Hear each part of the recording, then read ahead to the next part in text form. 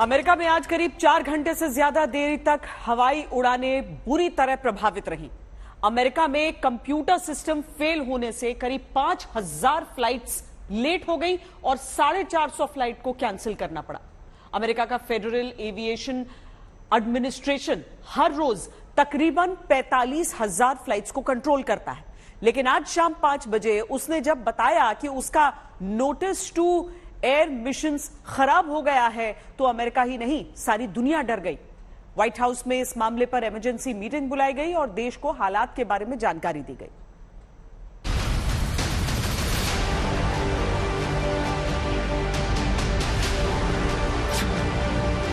दुनिया की super power में घंटों लगी रही साइबर इमरजेंसी।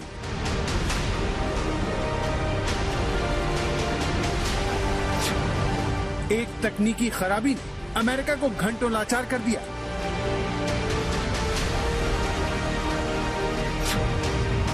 अमेरिकी ताकत को जमीन से आसमान तक लगा जोरदार झटका।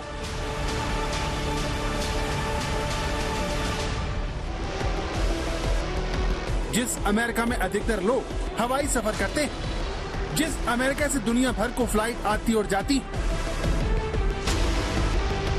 उस महाशक्ति की तस्वीर सारी दुनिया को किसी टाइम बम की तरह डराती है। ये खौफ शाम 4:59 पर फेडरल एविएशन एजेंसी के ट्वीट से पैदा हुआ, जिसमें उसने बताया कि नोटाम यानी notice to air mission system fail हो गया है। हम ये नहीं कह सकते कि ये कब तक ठीक होगा, हालांकि इसे जल्द ठीक करने की कोशिश की जा रही है। इसके बाद सारी दुनिया में हड़कंप मच गया, क्योंकि जिस सिस्टम में खराबी आई वो पायलट को खतरों या हवाई अड्डों से संबंधित प्रक्रियाओं में से किसी भी बदलाव को लेकर चेतावनी देता था। इसीलिए अमेरिका समेत पूरी दुनिया में हड़कंप मच गया और सोशल मीडिया के जरिए ये संदेश आने लगे। अमेरिकी वक्त के मुताबिक सुबह 5:31 पर ये टेक्निकल फॉल्ट सामने आया। नोटिस टू एयर मिशंस में ये खराबी अमेरिकी इतिहास में पहली बार आई, लेकिन जिस तरह से इस खामी को दूर करने में अमेरिका लाचार दिखा, उसने अमेरिकी सिस्टम पर कई सवाल खड़े कर दिए। इस तकनीकी खराबी के बाद अमेरिकी राष्ट्रपति जो बाइडेन को इसकी जानकारी दी गई, क्योंकि इसमें खराबी की वजह से अमेरिका से हजारों फ्लाइट न तो उड़ सकी और न ही लैंड कर पाई।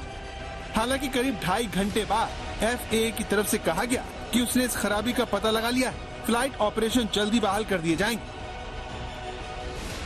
लेकिन यहाँ पर आपको जानना जरूरी हो जाता है कि आखिर नोटम क्या होता है और क्यों इसमें खराबी आना बहुत बड़ी बात है। नोटम का पूरा नाम नोटिस टू एयर मिशंस है। ये पूरे फ्लाइट ऑपरेशन का सबसे अहम हिस्सा होता है। इसके जरिए ही विमानों को उड़ने या फिर उतरने की जानकारी मिलती है। नोटम रियल टाइम डेटा लेकर एयर ट्रैफिक कंट्रोल को देता है। इसके बाद ATC इसे पायलट को पहुंचाता है।